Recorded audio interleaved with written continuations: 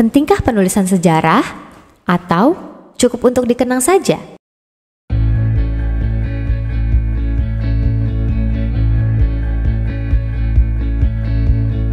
Melupakan sejarah sama dengan kehilangan identitas jati diri dan memori masa lalu. Hal ini mempersulit kita sebagai manusia untuk membangun dan mendesain masa depan. Dengan mempelajari sejarah, kita bisa mendapat pelajaran berharga dan meminimalisir kita untuk mengulang kesalahan di masa lalu. Juga memaknai peristiwa penting dalam setiap kegiatan pribadi ataupun organisasi. Namun, sejarah juga dapat menjadi alat politik karena dapat ditambah maupun dikurangi demi kepentingan golongan tertentu. Maka dari itu, dokumentasi arsip sejarah sangatlah penting. Lalu, harus mulai dari mana? Inilah dia, Pendeta GKP menjawab.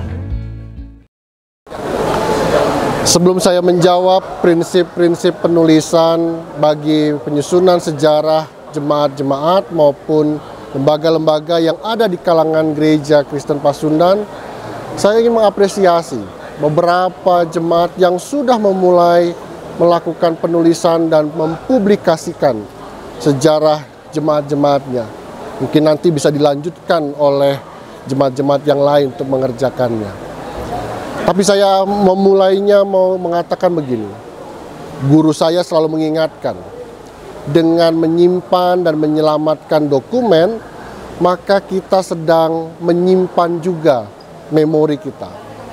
Ketika kita mendaftar, meregistrasi dokumen-dokumen itu, maka cerita-cerita kita menjadi mungkin dilakukan. Dan ketika kita mempelajari dokumen-dokumen itu dengan tepat, dengan teliti, maka kita sedang mempelajari diri kita sendiri. Dan ketika kita mempublikasikan dokumen-dokumen itu dalam tulisan-tulisan sejarah kita, maka kita sedang menceritakan kehidupan kita kepada orang lain. Dan karena itu prinsip-prinsip penulisan sejarah jemaat-jemaat maupun lembaga-lembaga yang ada di Gereja Kristen Pasundan, pada utamanya adalah kita memahami bahwa kehidupan kita dalam bergereja dan melakukan organisasi lembaga-lembaga Kristen, semata-mata Tuhanlah yang menjadi aktor dalam sejarah perjalanan gereja dan lembaga-lembaga kita. Mengapa demikian? Karena kita tahu bahwa Tuhanlah yang berkarya seutuhnya dalam kehidupan kita. Dan kita hanyalah lakon-lakon yang dipakai Tuhan untuk terlibat dan memaknai semua peristiwa-peristiwa penting dan bermakna itu dalam kehidupan bergereja dan berorganisasi kita.